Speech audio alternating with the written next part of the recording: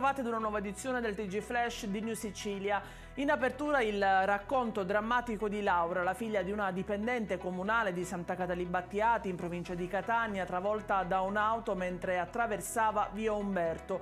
A raccontare dell'incidente, della corsa in ospedale, di come la vita della famiglia della signora Graziella Testai sia cambiata dal 23 dicembre scorso è stata appunto la figlia sui social. Al momento la vittima si trova ricoverata nel reparto di terapia intensiva dell'ospedale Cannizzaro di Catania.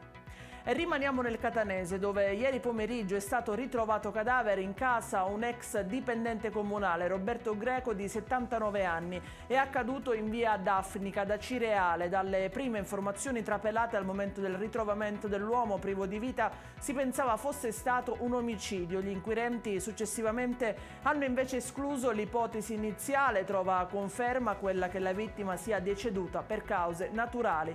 Pare infatti che il 79enne soffrisse da tempo di problemi cardiaci. L'uomo viveva da solo.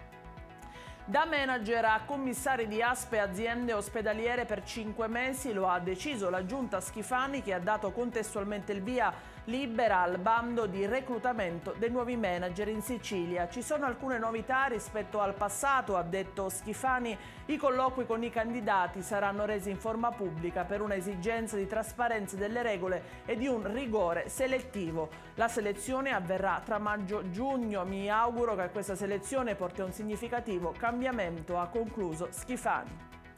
Alle ore 19 di domenica 1 gennaio si terrà la fiaccolata per la libertà di fronte al carcere di Piazza Lanza di Catania per manifestare in merito alla tragica situazione nelle carceri italiane e per accendere i riflettori sul caso Cospito, anarchico al 41 bis in sciopero della fame da oltre 60 giorni e a rischio di vita. Lanciata dal gruppo Facebook Amici e Parenti dei Detenuti, sono già diverse le sigle che hanno scelto di sottoscrivere l'appello e di partecipare.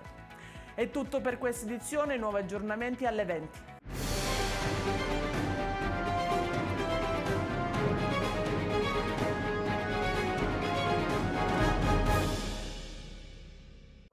Natale ad Acireale. Dall'8 dicembre all'8 gennaio nel centro storico mercatini, circuito dei presepi d'arte, la casa di Babbo Natale, la pista di pattinaggio sul ghiaccio, concerti musicali nelle chiese, laboratori, il trenino turistico natalizio, oltre a tante iniziative di solidarietà.